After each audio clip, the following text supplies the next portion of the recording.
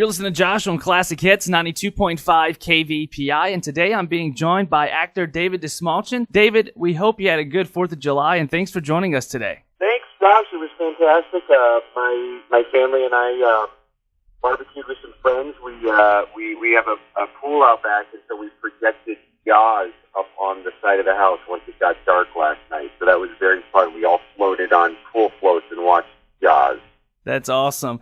Give us a little background of your story and how you got into acting. Sure. I started I grew up in Kansas, and I started by doing community theater and watching my favorite movies, and I was a big comic book collector when I was a kid. I just loved movies and sci-fi and theater. And then when I was getting ready to graduate from high school, I was on track to play football, and my high school drama teacher and speech coaches both encouraged me to pursue acting, and I ended up auditioning for a really fantastic program out of Chicago at the theater school at DePaul University, and it changed my life. You know, I went to Chicago and I studied acting in a very serious way, and I learned. I learned so much, and I began my career actually as a theater actor in Chicago, and then in 2007 I got my big break that I'd always hoped and prayed for, the opportunity to work in movies, and that was in Christopher Nolan's The Dark Knight. That's right. You had many roles in comic book-based shows like Gotham, The Dark Knight, The Flash, and of course Ant-Man. Were you a comic book fan growing up? Big comic book fan. I used to go to a shop in Kansas City called Clint Comics, and I still collect comics. I have kits of my own now, and it's fun for me because I've got stacks of comics. In fact, I think I hunted around Lafayette. I can't remember if you guys have a comic shop down there. I did. One of the things I love to do still to this day is I have a friend, and we make shows for all ages. We did a live production of an adaptation of Shakespeare's play Hamlet that we called Hamlet, Prince of Puddles, and it was for kids of all ages, and it's a really fun thing that we did, and we actually went down to Lafayette. I think it was, is the art center there called the Acadiana, or Acadiana? Anyway. Yeah, that's correct. For comic book shops when I was there, in I believe, which is your town. Right, that's awesome, dude. And Ant-Man, was a big success, and now here's the sequel, Ant-Man and the Wasp. It's in theaters tomorrow. That's Friday, July 6th. It's the first movie since the blockbuster Avengers Infinity War.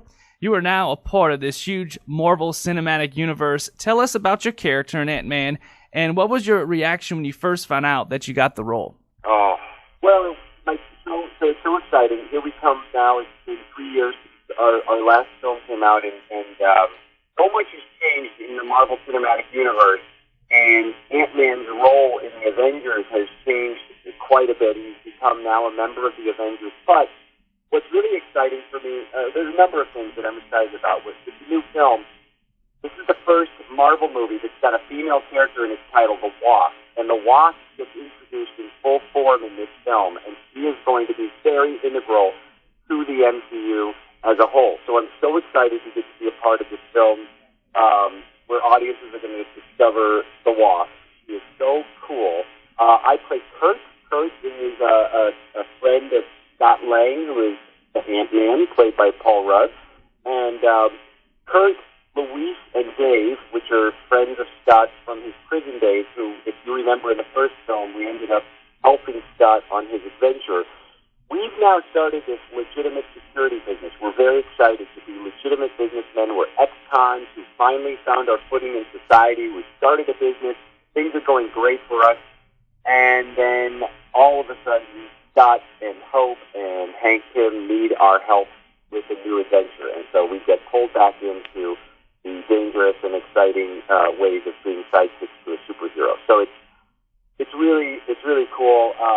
And, you know, being such a huge fan of comic books and movies, when I first auditioned for this film, for the first film, that was in the spring of 2014, I was so excited at the thought of becoming a part of the MCU. I mean, the things that have been achieved in the MCU over over the last 10 years are truly cinematic history. And for a comic book nerd like me who loves the movies, there could be very few greater honors than getting to be a part of this world that's been so perfectly created. So when I got the job, I was in Vancouver shooting a TV show. I had come back to L.A. to test for the role.